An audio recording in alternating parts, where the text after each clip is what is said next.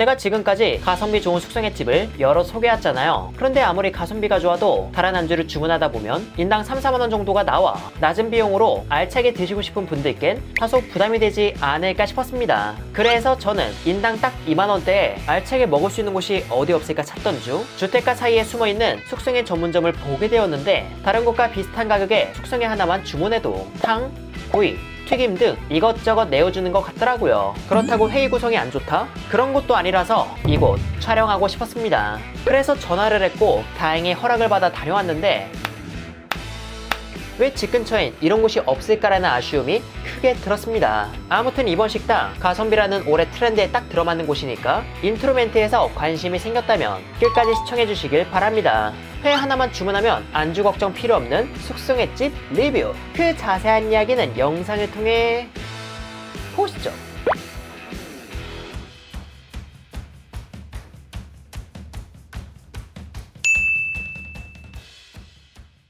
오늘 제가 찾아온 곳은 경기 수원시 금곡동에 위치한 스시군입니다. 스시군은 초밥과 숙성회 전문점으로 이 일대에서 가성비 좋기로 소문난 식당이라고 하는데요. 과연 어떤 점에서 가성비가 좋다고 하는지 얼른 들어가서 확인해 보겠습니다. 우선 실내는 다음과 같이 테이블이 여러 개 있었으며 식사는 물론 술자리를 하기에도 좋아 보였어요. 그렇게 자리에 앉은 저는 메뉴를 봤는데 메뉴는 대표적으로 숙성회가 있었고 초밥도 여러 구성이 있었습니다. 그리고 메뉴 뒤쪽엔 이자카야에서 팔 법한 메뉴도 이것저것 있었죠. 하지만 오늘은 숙성회 하나만 보고 왔기에 숙성회를 주문해볼까 합니다. 숙성회는 1인 23,000원인데 1인이 추가될 때마다 19,000원이 더해지는 구조라서 2명이 온 저희는 숙성회 2인분, 즉 42,000원어치를 주문했습니다. 그렇게 주문을 마치고 나니 회가 나오기 전에 심심한 입을 달래줄 음식이 제공되었는데, 가볍게 양념한 양배추와 가리비, 회에 곁들여 먹는 걸로 추정되는 참기름에 버무린 씻은 묵은지가 나왔고, 그리고 잠시 후 볏짚에 후련한 삼치까지 제공되었죠.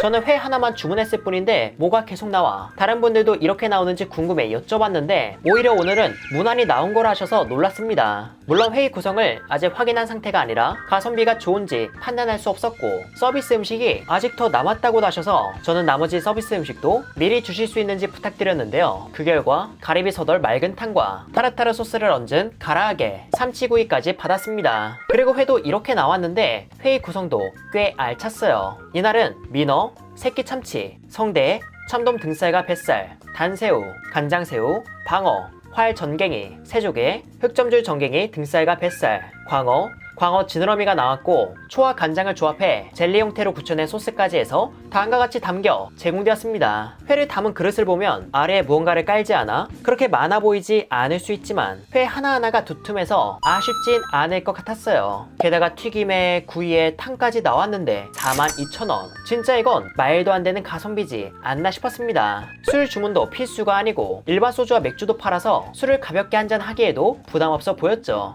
여러분이 보시기에도 가성비가 좋아 보이나요? 일단 저는 가성비가 좋다고 생각했지만 서비스 음식이라는 게 그날그날 식재료에 따라 차이가 있어. 이런 서비스 음식에 대해 조금 더 자세히 여쭤봤습니다. 이곳의 메뉴를 보면 주문한 메뉴와 술에 따라 서비스 안주에 차이가 있을 수 있다 적혀있잖아요. 기본적으로 저처럼 숙성회 2인을 주문하면 비슷하게 나오는데 여기에 술까지 주문하면 탕까지 확실히 나오지만 술 없이 드시면 탕이 나오지 않을 수 있다고 합니다. 그런데 또 사장님이 시장에서 장을 봐오는 날을 방문하면 이런 조건과 무관하게 탕이 서비스로 나갈 수도 있다고 하고요. 그리고 서비스 음식의 종류도 이날은 구이, 튀김, 탕 등이 나왔지만 사장님께선 진짜 오마카세라는 말처럼 그날그날 식재료의 상황에 따라 정형화되지 않게 서비스 음식을 제공하는 편이라 제가 먹은 것과는 또 다르게 나갈 수도 있다고 합니다. 그렇다고 저보다 못 나올 것 같지도 않았던 게 다른 분들의 블로그 리뷰를 보니까 저 못지않게 서비스를 알차게 즐기신 것 같더라고요. 아무튼 회 하나만으로도 가격 대비 알차게 주거나 값어치는 충분히 하게 내어주시는데 여기에 추가로 서비스 음식까지 주신다는 점에서 매력적으로 보였습니다. 서비스 음식에 대해서 혹여나 오해와 아쉬움이 생길까봐 말이 길었는데 얼른 음식들을 맛보도록 할게요.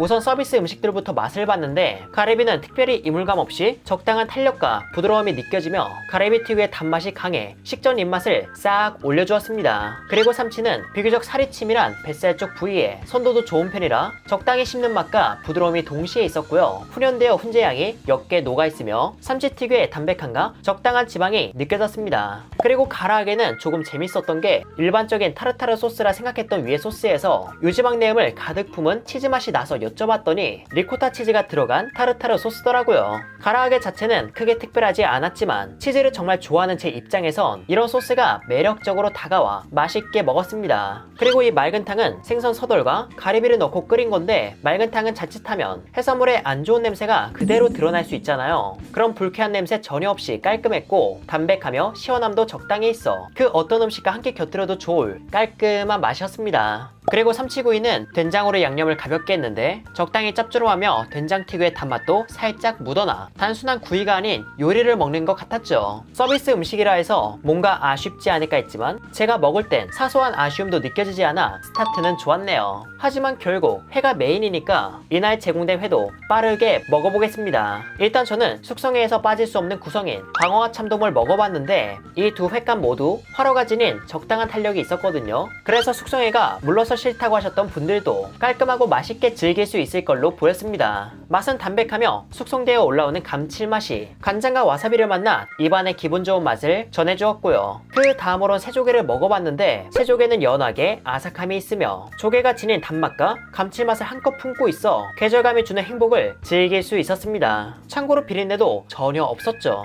그 다음으론 새끼참치를 먹었는데 이 새끼참치는 얼리지 않은 걸 사용해 부드러웠으며 비린내나 기분 나쁜 피맛도 부각되지 않아 담백하며 부드러운 회를 좋아하시는 분들 입에 잘 맞지 않을까 싶었습니다. 그리고 이기새를 이어 다른 등푸른 생선도 먹어봤는데 다음으로 먹은 건 방어로 적당한 지방과 담백함이 있었어요. 제철의 끝자락이라서 3월이 되어버린 이젠 더 이상 만나긴 어렵겠지만 마지막까지 맛있게 먹었습니다. 그 다음 등푸른 생선으론 전갱이를 먹었는데 이 전갱이는 통영에서 주로 양식하거든요. 그래서 자연산에 비해 지방이 가득하고 활어라는 특성상 선도와 숙성에서 유리한 점이 많아 정말 깔끔하게 담백함과 충분한 고소함을 전해줍니다. 하지만 자연산 선어에 비해 가격이 비싸서 인당 2만원대 숙성횟집에선 잘 쓰지 않는데 여기서 이렇게 만나니까 새삼 반가웠습니다. 그리고 마지막 등푸른 생선인 흑점줄 전갱이는 앞서 먹은 전갱이처럼 양식이지만 훨씬 더 고소한 맛을 지니고 있는데요. 그래서 방어의 고소함을 그리워하시는 분들께 최고의 대안이지 않을까 싶었습니다.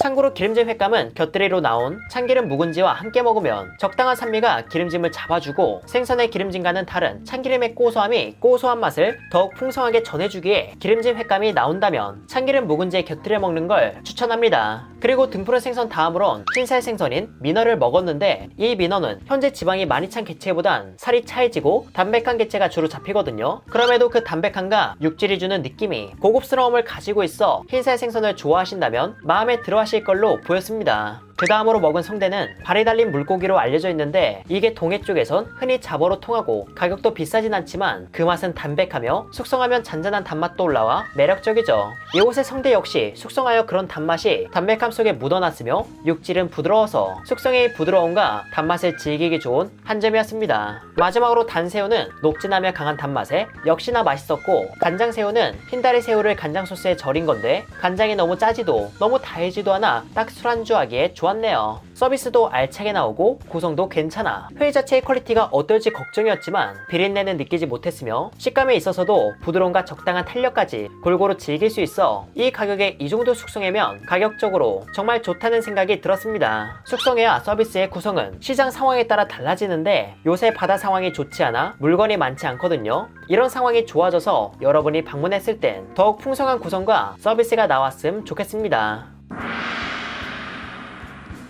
이렇게 해서 저는 스시군의 음식을 만족스럽게 즐겼습니다. 올해의 트렌드가 가성비라고 했잖아요. 그런 점에서 이곳은 추천하는 식당 중 한 곳입니다. 횟감의 구성 다양하고 숙성의 퀄리티 괜찮고 서비스 음식도 가격 생각하면 감사한 정도였기에 이런 식당이 마음에 드셨다면 한번 방문해보셔도 좋을 것 같아요. 그리고 이곳의 아쉬운 부분도 생각해봤는데 가성비가 좋고 음식도 괜찮아서 아쉬운 점은 크게 떠오르지 않았습니다. 그래도 찾는다면 식당 바로 앞에 주차할 수 없고 주변 유료 주차 타워를 이용해야 한다는 점이 그나마 아쉬운 점이 될 것 같네요. 참고로 저는 이날 숙성회 말고 초밥도 먹었는데요. 초밥은 26,000원에 파는 오마카세 초밥으로 주문했는데 이날 숙성회에 있던 구성이 거의 그대로 나오고 여기에 성게와 연어초밥 그리고 꽤 사이즈 있는 우동까지 나왔습니다. 초밥 하나하나의 크기가 큰 편은 아니었지만 위에 얹은 재료가 실하며 성게가 포함되고 생선회 위주로 15피스에 26,000원. 게다가 다른 분들 리뷰를 보니 초밥을 주문해도 숙성회만큼은 아니지만 서비스가 나온다고 하니 식사가 목적인 분은 회 대신 초밥을 드시는 것도 괜찮을 것 같아요. 아무튼 이 동네 분들에게 부러움을 느끼며 오늘 영상도 마쳐보겠습니다. 그럼 여러분들 안녕.